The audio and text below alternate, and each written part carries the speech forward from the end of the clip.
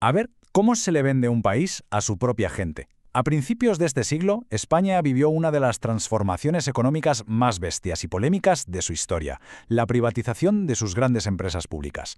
Y en medio de todo, una historia que lo resume perfectamente, la de su aerolínea de bandera, Iberia. Para entender cómo se montó toda esta operación a gran escala, tenemos que empezar justo aquí, con un anuncio de televisión que, bajo una capa de ternura y de esperanza, en realidad escondía una de las mayores transferencias de patrimonio público a manos privadas que se han visto en este país. Año 2000. De repente, la televisión se llenó de imágenes de bebés que simbolizaban un futuro, no sé, puro, brillante. Y de fondo sonaba la increíble versión de Across the Universe de Fiona Apple. Era la campaña para la salida a bolsa de Iberia. Y la puesta en escena era magistral, porque no te vendía una aerolínea, no, te vendía el futuro. Y ahí, justo ahí, estaba la clave de todo. Se convenció a la gente de que estaba ganando algo, ¿no? Un pequeño trocito de propiedad, cuando en realidad, como sociedad, lo que se estaba perdiendo era el control de un activo estratégico, uno que se había construido con el dinero de todos durante décadas. Era, por así decirlo, la anestesia social perfecta. Vale, vamos a meternos en faena, porque mientras la publicidad nos emocionaba, los documentos oficiales contaban una historia muy, pero que muy distinta. La privatización de Iberia, la verdad, no fue un proceso ni limpio ni transparente. Estuvo plagado de irregularidades documentadas que a día de hoy siguen generando muchísimas dudas. A ver, si nos fijamos en la cronología que tenemos aquí, lo que de verdad llama la atención es que emerge un patrón. Desde comisiones secretas admitidas en un juicio hasta la gestión de filiales que acaban en investigaciones por fraude, pasando por una rebaja de última hora en el precio de la compañía sin una justificación clara, todo esto, ojo, pasaba justo antes y durante el proceso de venta. Pero, cuidado, que la historia de Iberia no fue un caso aislado, ni mucho menos. Fue, en realidad, la joya de la corona de un plan muchísimo más ambicioso. Una operación masiva para vender los activos más estratégicos del Estado español. El gobierno de la época lo bautizó así, la Revolución Silenciosa, y se presentó como una modernización necesaria para entrar con fuerza en Europa, para hacer la economía más eficiente, pero en la práctica lo que fue es un desmantelamiento sistemático del sector público.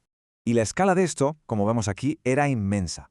Es que no hablamos de empresas cualquiera. Estamos hablando de los pilares de la economía, las comunicaciones, la energía, la banca, el transporte.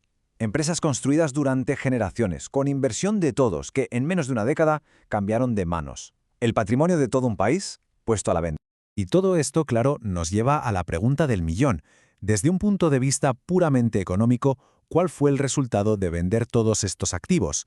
¿Fue un buen negocio para las arcas públicas? Bueno, la cifra total que ingresó el Estado por todas estas ventas masivas ronda los 40 millones de euros. Que sí, es un ingreso extraordinario, suena a muchísimo dinero, pero es un ingreso que se recibe una sola vez. Es como vender la casa para pagar las facturas de un mes, para que nos entendamos. Y aquí, justo aquí, es donde la historia da un giro tremendo. Porque ese ingreso único hay que compararlo con el valor que esas mismas empresas han generado desde entonces, pero claro, ya en manos privadas. Fijaos bien en este gráfico porque es sencillamente demoledor. La barra de la izquierda, esos 40.000 millones que ingresó el Estado una única vez.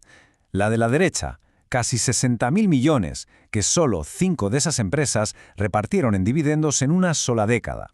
El dato clave es este. Los accionistas privados ganaron un 50% más en 10 años de lo que el Estado ingresó por venderlo absolutamente todo.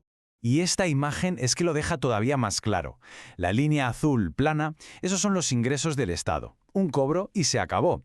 La línea naranja, que no para de subir, esos son los beneficios de los accionistas, que empiezan en cero y crecen y crecen. Es que no fue solo una venta, fue una transferencia de una fuente de riqueza recurrente y perpetua. Se vendió el árbol a cambio del valor de una sola cosecha.